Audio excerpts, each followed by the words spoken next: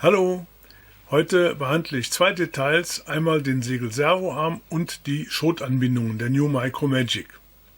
Ich ergänze damit meine Angaben in dem Video Rig, Einbau und Einstellung.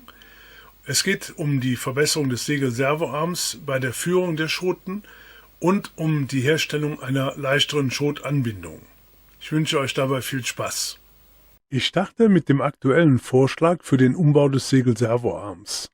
Dieses Bild zeigt euch Ausgangsprodukt und Umbauergebnis zum Einstieg. Segel-Servoarme gibt es verschiedene. Ich behandelte im genannten Video und auch hier die Überarbeitung des serienmäßig mitgelieferten Segel-Servoarms der New Micro Magic. Hier ein Bild dieses Teils mit seinen Maßen. Sollte es im Original nicht mehr vorliegen oder bereits verändert worden sein, so kann man sich einen Ersatz aus dickem ABS oder einer CFK-Platte anfertigen. Den Umbau, den ich im Video Rig, Einbau, Einstellung vorgeschlagen habe, seht ihr hier. Zum Problem könnten diese Enden des Segel-Servoarms werden, denn die bieten Potenzial für das Verhaken der Schotschnüre. Ein Segelfreund aus Essen hat mir den Tipp gegeben, die Schoten am Segel-Servoarm in kleinen Keramikösen zu führen. Diese Ösen gibt's für wenig Geld im Anglerfachhandel. Man muss allerdings darauf achten, solche zu bekommen, die auf beiden Seiten gerundet sind. Die glatte Oberfläche der Ösen führt zu wenig Verschleiß und leichtem Lauf der Schoten, und durch den flachen Aufbau des Hebels gibt es weniger Gelegenheit für die Schnüre, sich dort zu verhaken. Der Umbau beginnt mit der Anpassung des Segel-Servoarms. Welcher der hier gezeigten möglichen Längen dieser haben muss, entscheidet sich am Drehwinkel, den euer Segel-Servo ausführen kann. Der Drehwinkel wird durch die beiden Endpositionen 1 segeldicht und 2 segelvollauf des Servos definiert. Etwa 100 Grad bis 115 Grad sollten es je nach Einstellungen am Sender sein. Messt den Drehwinkel an eurem Servo vor Arbeitsbeginn. Die meisten Servos erreichen solche Drehwinkel.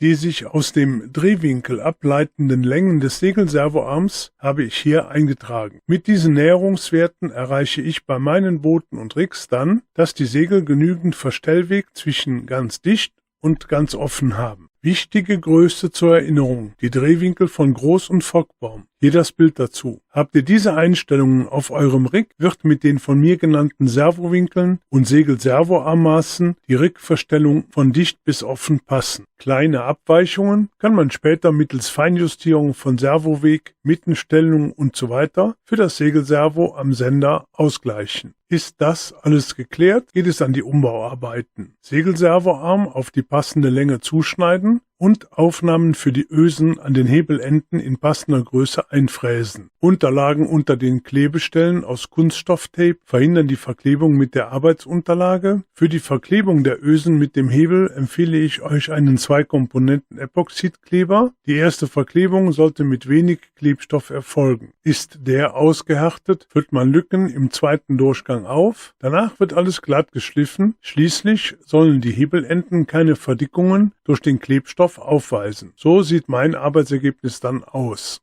Ist der Segel-Servoarm eingebaut, kann es an die Feinjustierungen gehen. Bevor ihr das macht, solltet ihr aber den folgenden Umbau der Schoten noch in Betracht ziehen. So sieht's aus, wenn die Schotführung der New Micro Magic nach der Bauanleitung und meinem bisherigen Vorschlag ausgeführt wurde. Die hat einen Nachteil. Sie ist zu schwer. Bei genug Wind ist alles okay. Der Segeldruck reicht, um die Schot zu straffen. Ist der Wind aber leicht, so hindert die schwere Schot das Segel, insbesondere die Fock, daran, sich zu öffnen. So wird man manche leichte Böe nicht einfangen und in Vortrieb verwandeln können. Eigentlich kein Wunder angesichts des Gewichts dieser Schotverbindungen, die ich auch für lange Zeit benutzt habe. Der Umbau ist nicht sehr aufwendig. Die vorhandenen Schoten werden ausgetauscht und in der geänderten Ausführung ohne Verbindungsteile direkt auf den Bäumen befestigt. Und falls nicht schon gemacht, empfehle ich die Verwendung einer Dyneema-Schnur von 0,12 mm Durchmesser für die neuen Schoten. Bevor ihr euch an die Arbeit macht, müsst ihr die überstehenden Schotlängen ausmessen. Und zwar bei beiden Segeln in der Position dicht geholt und jeweils vom Schotdurchlass im Deck bis zum Befestigungsclips auf dem Baum. Was gemeint ist, zeigt euch das Bild. Später werden diese Schotlängenmarkierungen auf den neuen Schoten an den hier gezeigten Stellen sein. Also neue Schotschnüre mit Übermaß zuschneiden, im Bootsrumpf an den Befestigungsstellen anknoten und sichern, dann durch die Decksdurchführungen fädeln. Sieht dann für die Großschot so aus.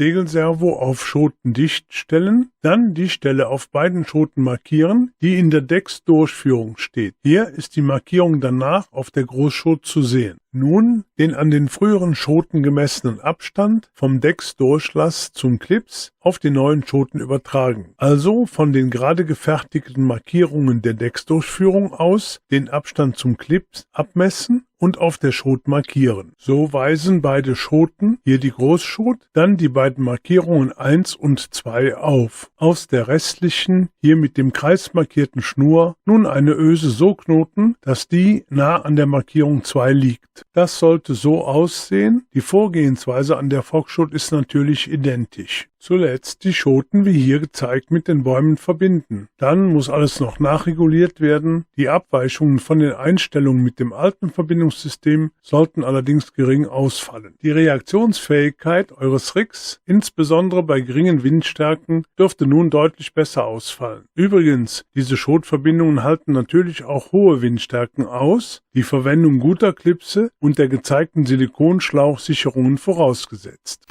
Zum Schluss: Ich danke euch für euren Besuch auf meinem YouTube-Kanal. Ich hoffe, die Ausführungen zur Segelservoarm-Modifikation und zur Schotanbindung haben euch bei der Beschäftigung mit der Micromagic weitergebracht. Und dann bis bald.